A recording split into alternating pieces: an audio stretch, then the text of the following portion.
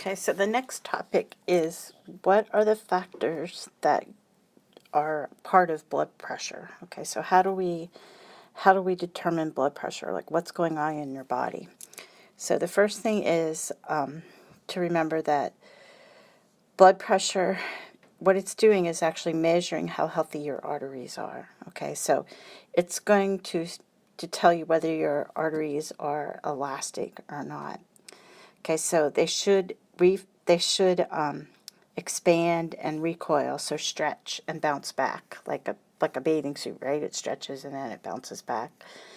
It should stretch, so it should smooth out the fluctuations in pressure. Okay, but what happens is that as we get older, the arteries become less elastic. So all of our tissues lose elasticity as we get older. Okay, now, 3 factors to determine blood pressure. So we're going to talk about resistance, cardiac output, and blood volume. And we've already talked about cardiac output once. Okay, so resistance, when you define it, it's opposition to blood flow. And what causes resistance is friction from the blood flowing through the vessel. Okay, so as the blood is traveling through the vessel, it has to be against the vessel. So that causes friction, and that's going to create resistance. Okay, so we talk about peripheral resistance. Peripheral resistance is resistance of blood in blood vessels.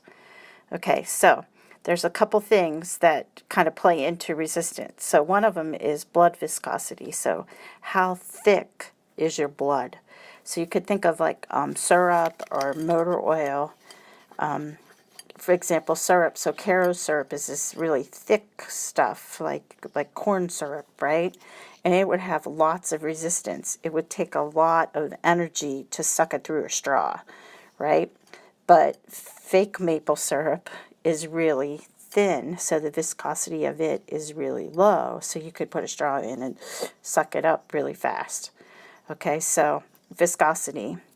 So the thicker the blood, okay, the higher the resistance.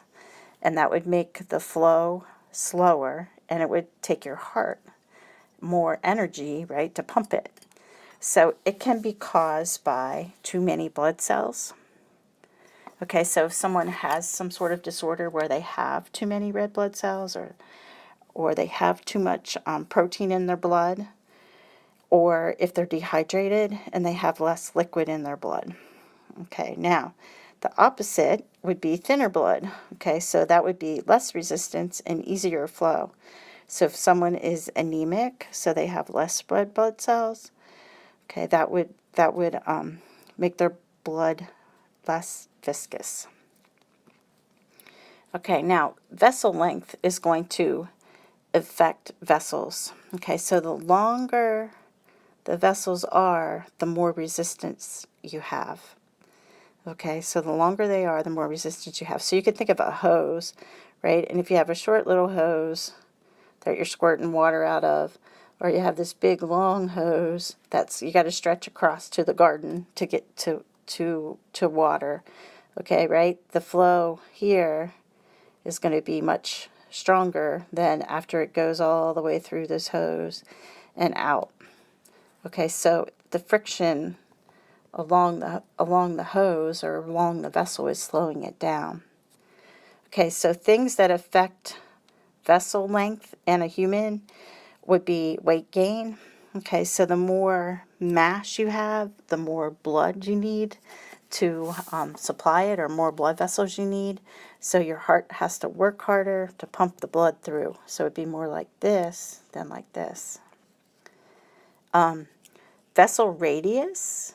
Okay, so remember radius is, like half of the distance here.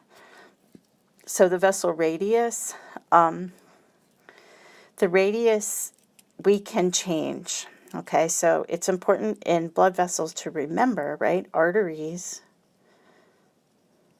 have smooth muscle, right? And we should be able to make these smaller or bigger. So we can do vasoconstriction and make them smaller, or we can dilate them. So this is one way we can change blood pressure, is through vessel radius. Okay, blood volume is another factor. So the more blood you have, usually the higher your blood pressure is. If your blood volume is going down, usually blood pressure decreases. We can't control that too much. We'll talk about some hormones later on that kind of change that. But for the most part, we can't fix that really fast. Oh, unless